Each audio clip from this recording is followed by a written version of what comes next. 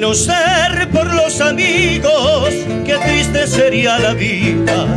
Andar pasando los días sin ti no son ilusión. En cambio cuando tenemos amigos de gran valía, se vuelve todo alegría y no lo pasa mejor.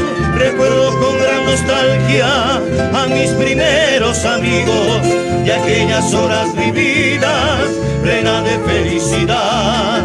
Inmensa emoción nos da si al andar encontramos aquel amigo lejano que jamás se olvidará.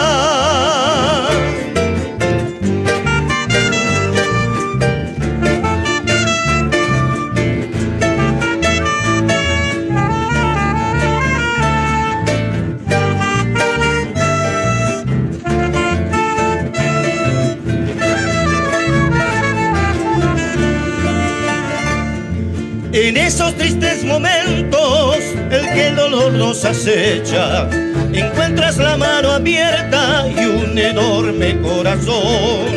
Así sencillo y leal, será siempre el primero, que con su abrazo sincero siempre a tu lado estará. Por eso que en este canto de gozo y felicidad añoro volver a estar con mis amigos lejanos.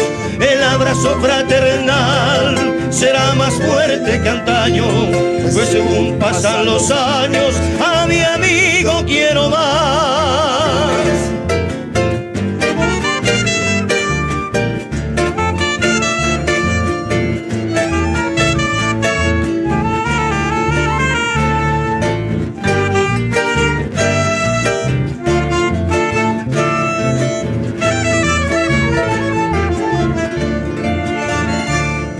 Honremos nuestra amistad con gratitud benhechora, pensando que en esta hora en todo el mundo estarán, vibrando por ese anhelo sublime de humanidad y de confraternidad, por el amigo sincero, un ejemplo maderero y muy especial mención al forjador de la idea, don Ramón Artemio Bracho, que en la tierra de Quebracho a todo el mundo legó el abrazo fraternal de la lejana Pina.